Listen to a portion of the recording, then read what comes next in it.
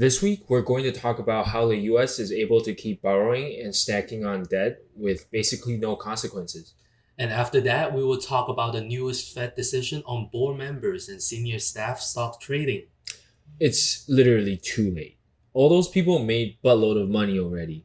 But, better late than never. We'll also go over Snap's ER and what it means for other ad companies. Don't forget the market outlook for next week, of course. So give us a like and subscribe if you haven't done so already, and let's get started. All right, so how concerned should we be about America's $30 trillion debt? I think we should worry more about the debt ceiling right now. To me, the debt ceiling is just some number. We just passed another bill to raise debt limit by 480 billion. And since World War II, Congress and the president have modified the debt ceiling nearly 100 times. Yeah, planning to borrow more money from the world, you may wonder how can they borrow so much money and they don't need to pay it back? How can they do that? Let me show you a quick example. The US asked Japan to borrow 100 million and promised to pay back 6 months after. So they take that 100 million and buy a skyscraper in Japan right away. A couple phone calls and meetings later, the Fed agreed to print some more dollars to support the plan and have the financial institution or Wall Street investors to inject that freshly printed dollar into the Japan economy.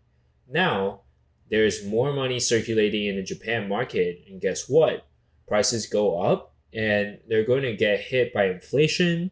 And when it is time for the US to repay the 100 million debt back, the skyscraper they bought with the 100 million is now worth 200 million. Wow, I guess they can sell the building for $200 million and pay back the $100 million debt plus interest, let's say 10%. They can still pocket $90 million. So this is how the US read from other countries, and this is exactly what happened to Japan's great inflation back in the 70s. And that is literally what happened to Vietnam right now, too. Their stock market and real estate are pretty much sitting at record high. And Vietnam is not the only one.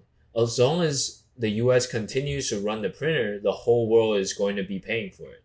Excessive money printing is going to weaken the dollar, right? And so what? If the dollar is weaker, the debt value also depreciates. Why not the world just stop buying US treasury bonds and just not hand them the money, pretty much? Not yet. The US dollar still remains as the dominant international reserve currency. Japan and China are holding more than 1 trillion US in treasury securities. UK, Ireland, Switzerland, Brazil, Taiwan, India, and Belgium, etc., also bagging a whole bunch too.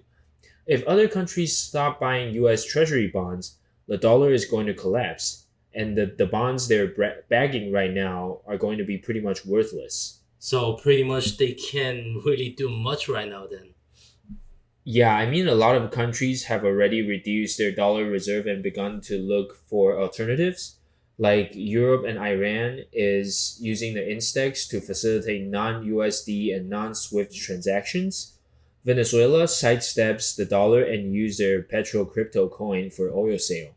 And China is also working on their digital currency to circumvent the US dollar in important global financial transactions. Something also related to the government. Let's talk about new trading restriction for the Fed board member. It's about time. Do I have to state the obvious? They get first-hand news, they take it to the ATM, which is the market, and they print money. Yep, a lot of people have something to say about them trading basically freely. So Fed released a statement Thursday on some new restriction for Fed policymaker and senior staff. They won't be allowed to buy individual stocks, individual bonds, or derivative. They will be limited to buying diversified investment vehicles like mutual funds. So no AMD or Tesla or any futures or options? Nope, none of those. And also, if they want to buy mutual funds, they have to provide 45 days advance notice for purchases and sales and get approval for them. After they buy, they have to hold it for at least a year. Lastly, they can't trade during the time of high market stress. And it looks like the reserve presidents will have to disclose their transactions within 30 days. So I don't know if you guys remember, but Nancy loves to get deep in the money leaps of companies like Apple, Amazon, and Nvidia. And I'm sure others have. They just don't tell you. But the question is, when do they have to get rid of those? We don't know yet, but for sure those people will be dumping. But I don't think we have to worry since it's not going to be enough to shake the market. I think this is going to be interesting to see how they create policies now that they're not holding these individual stocks. Yeah, will the big tech still be favored? Let us know down below in the comment sections. On Thursday, Snapchat dipped over 20% after hours. They got wrecked by earnings. More like they got wrecked by Apple, but very briefly. Let's take a look at their earning. Revenue slightly missed by 0.03 billion, a beat on adjusted EPS by 9 cents, and beat on global daily active user too. So the issue must be on the guidance then. Oh yeah, their CEO said the new iPhone privacy settings impacted the Snap's ad business more than anticipated. So as a result, their guidance for Q4 revenue is 1.16 to 1.2 billion, missing the street estimate of 1.36 billion. Also, looking at the ad sector, took a hit across the board. Facebook dropped 4%, Twitter dropped almost 5%, Google about 2%, and reached 3% at some point. Pinterest over 3%, all after market on Thursday. People are anticipating the same situation from these ad company getting hit by Timmy C. So they decided to pre-dump them. That makes sense. Honestly, all things considered, besides the revenue slight miss, this is not a bad report card by Snapchat. But since they clearly indicated in the guidance that they're not going to meet market estimate, the investors are wondering if Snap deserves a high valuation anymore. The reason people give Snap or any growth stock have high valuation is because they are expecting them to grow bigly in their revenue and EPS over a year. That's literally the whole logic behind buying growth stocks. So if they can't match or beat the guidance, aka not growing as expected or slow down growth, why are we even buying them at such a high valuation? So today, as soon as they said they're not going to meet the expectations for Q4, the market says bye bye to the entire gap up from July. This likely will have a ripple effect on not only the NASDAQ, but the tech earnings next week. So be careful on this. Really think about your risk tolerance and manage your size. If you need to take profit, you secure some profit.